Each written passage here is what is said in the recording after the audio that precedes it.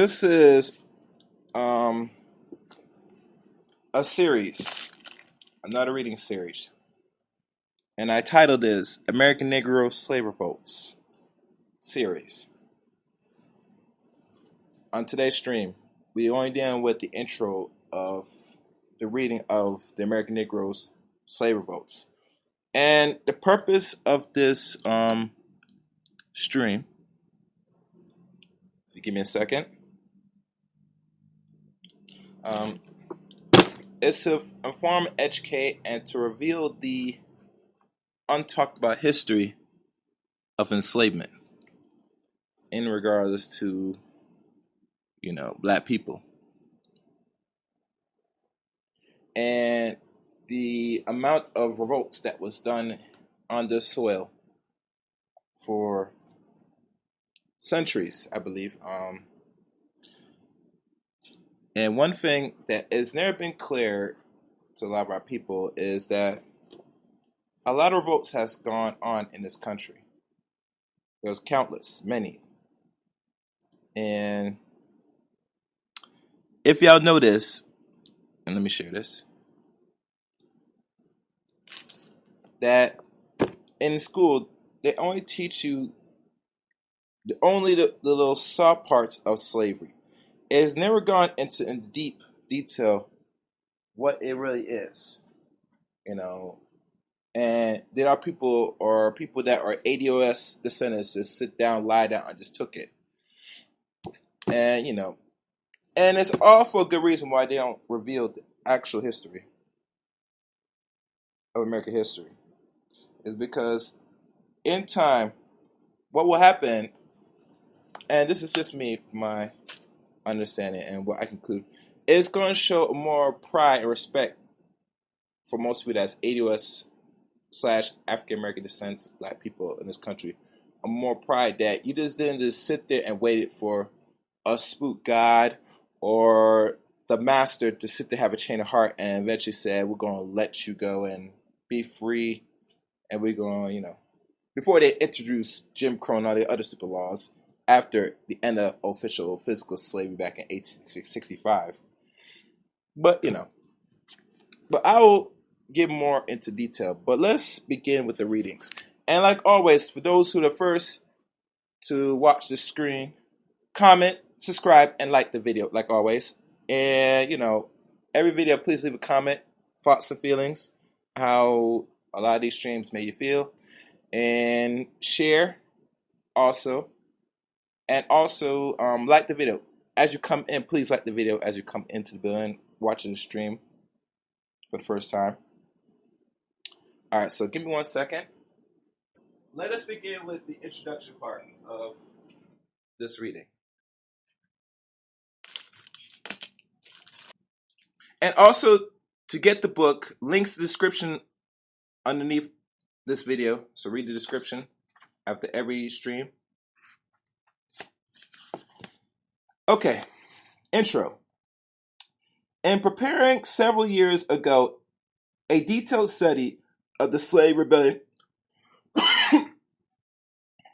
of 1831 in Virginia under the leadership of Nat Turner, the present writer came to the conclusion that this event was not an isolated, unique phenomenon, but the culmination of a series of slave conspiracies and revolts which had occurred in the immediate past.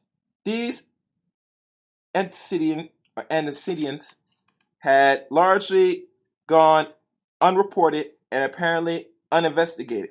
The result, naturally, being a poor focus of the Turner rebellions, an incomplete understanding of the event and trends which that outbreaks invokes or accelerate.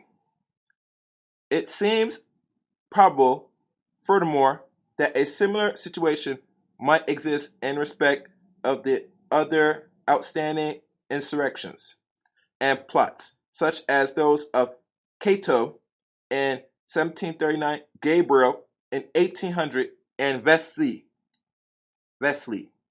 in 1822. That others unknown or practically unknown major outbreaks might have taken place, and that intensive study of the entire subject might uncover hetero neglect aspects of the life of the Negro people and the role of the institutions of slavery in the history of the United States. There has been and there still is a notable lack of agreement both in contemporary and secondary accounts concerning the detail of the subject and its relative importance. Many commentaries declared that they observed a considerable degree of contentedness and docility among the Negro slaves. Not a few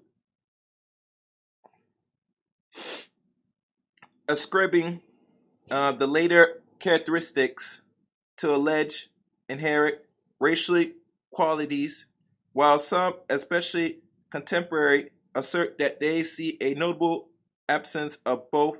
A few examples may be offered.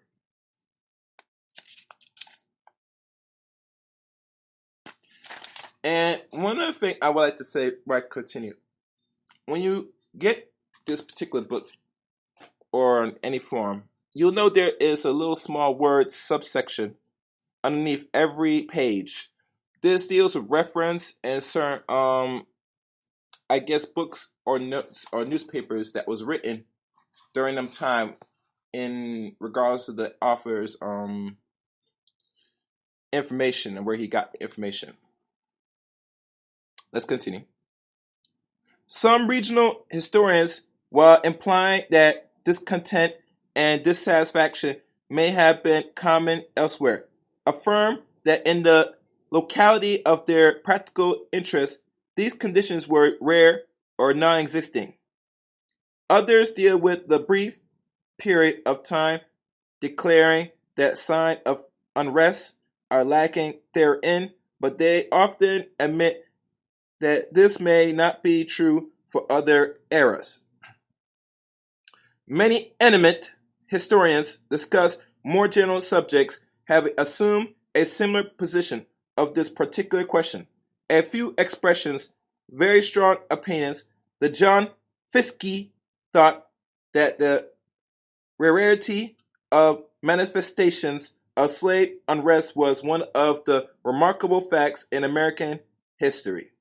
James Shullard, reaching a similar conclusion, based it upon the imminent patience, docility, and childlike simplicity of the Negro, who he felt was an imitator and non-moralist. Learning, decent, and liberalism with facility, being easily intimidated, and capable of deep plots. In short, Negroes were a black servant race, ceased out, stupid, brutish, obedient to the whipped children in an imagination.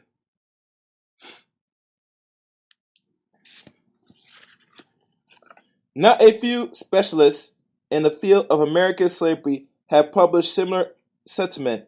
One who has reference to a few of the uprisings decided that the fact of their revelation was of greater importance than their existence and conclude that there was not discontent but rather a fine devotion on the part of the majority of the slaves. Authors of the late Utrick B. Phillips, who is generally considered the outstanding authority on the institution of American Negro slavery, expressed it as his opinion that slave revolts and plots very seldom occur in the United States.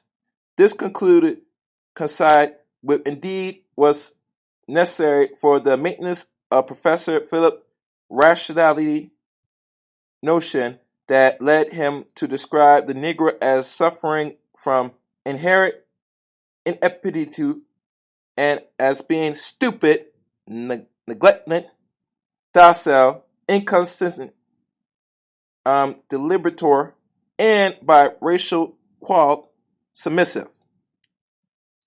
By no means All commentaries, however, have accepted this viewpoint. Several first-hand observers of the slaves were struck by their restlessness, discontent, and rebelliousness.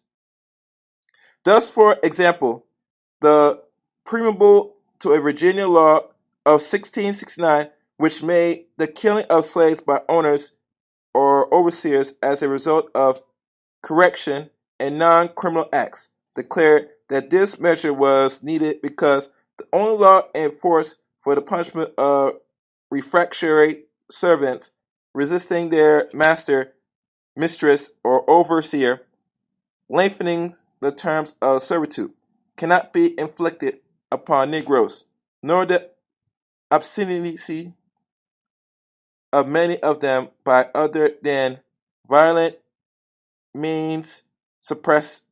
The same idea was implicit in some of the earliest protests in certain Quakers against slavery, both the famous Germantown Press of 1688 and the argument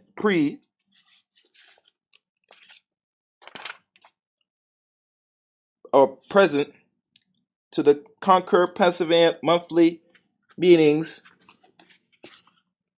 10 years later by Robert Potty, and made a point of the belligerent spirits of the Negroes as an argument against slavery, since it proved the suffering of the victim and necessities armed might for purpose of suppression.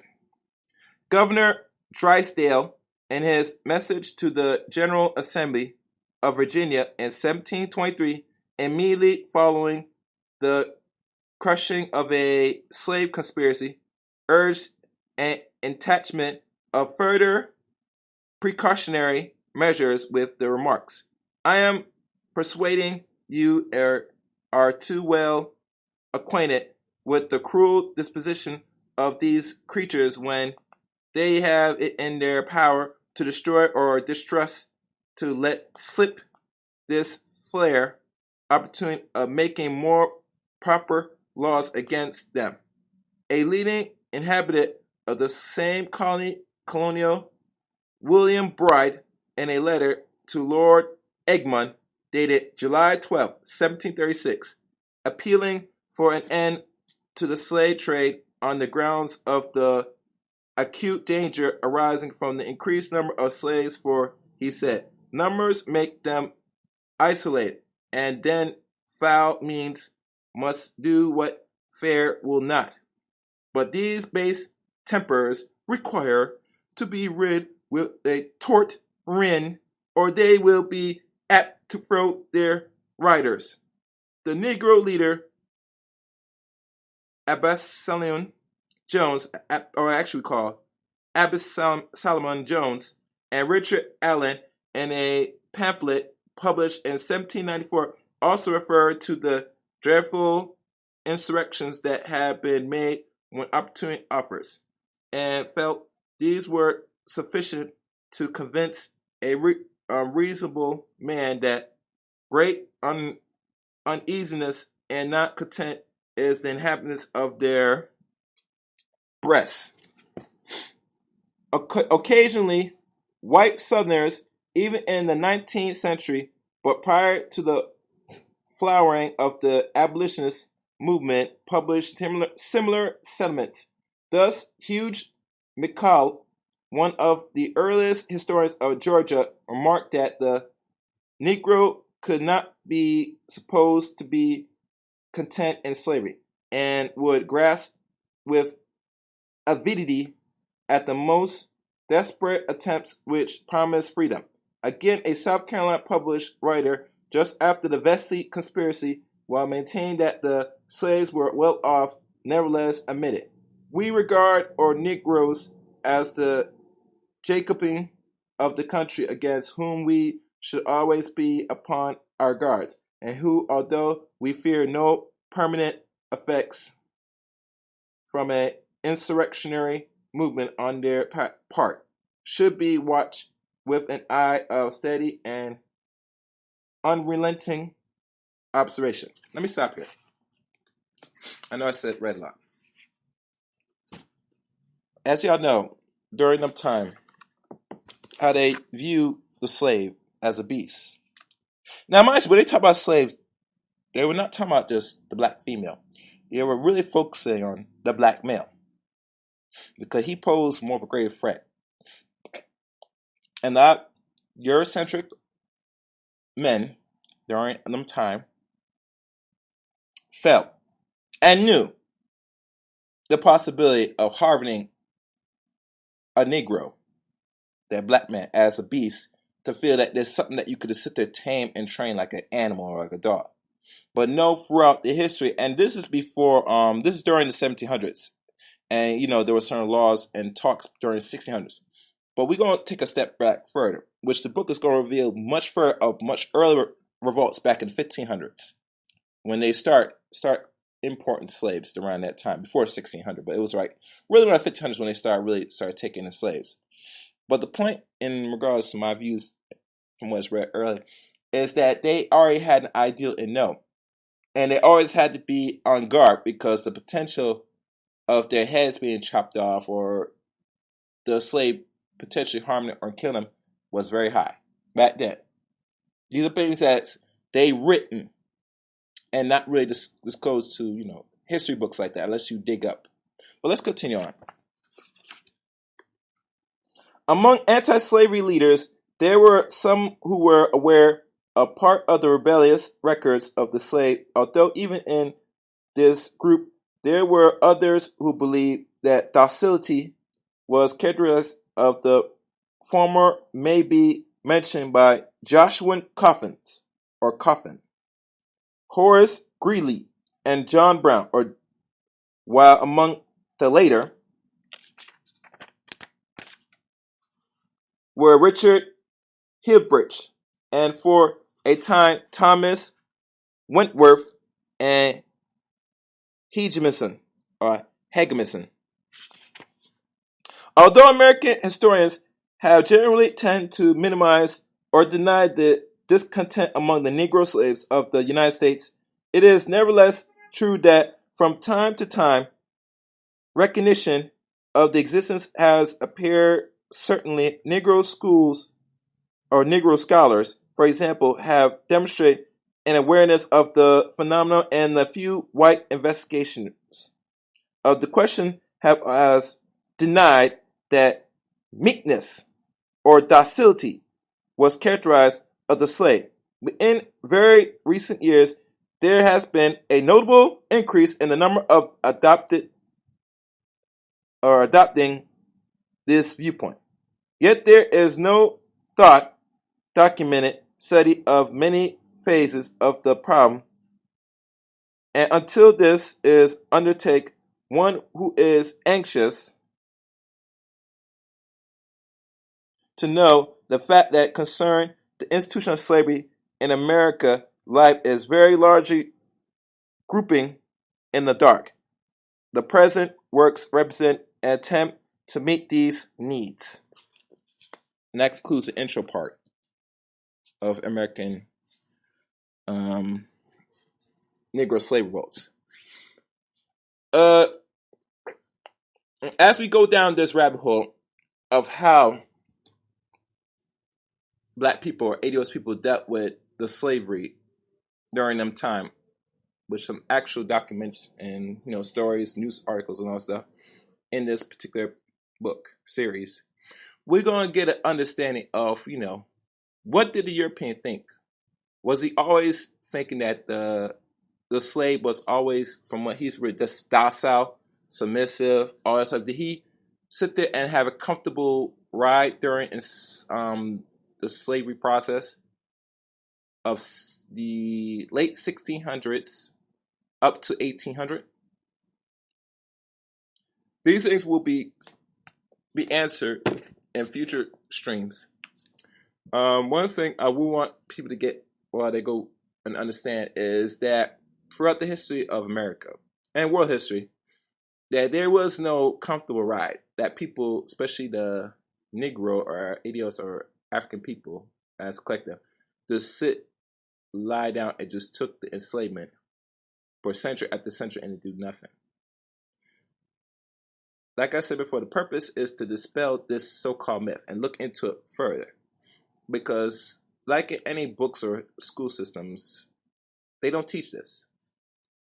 This is part of American history, but they don't teach because they have black children, depending if they're in a mixed group of other children and stuff, to reveal the true history of America.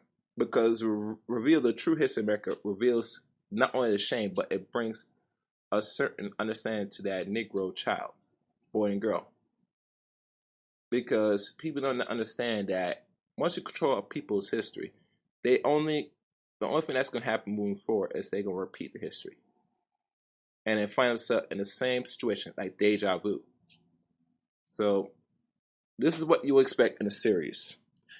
For those that will listen in or go back to this,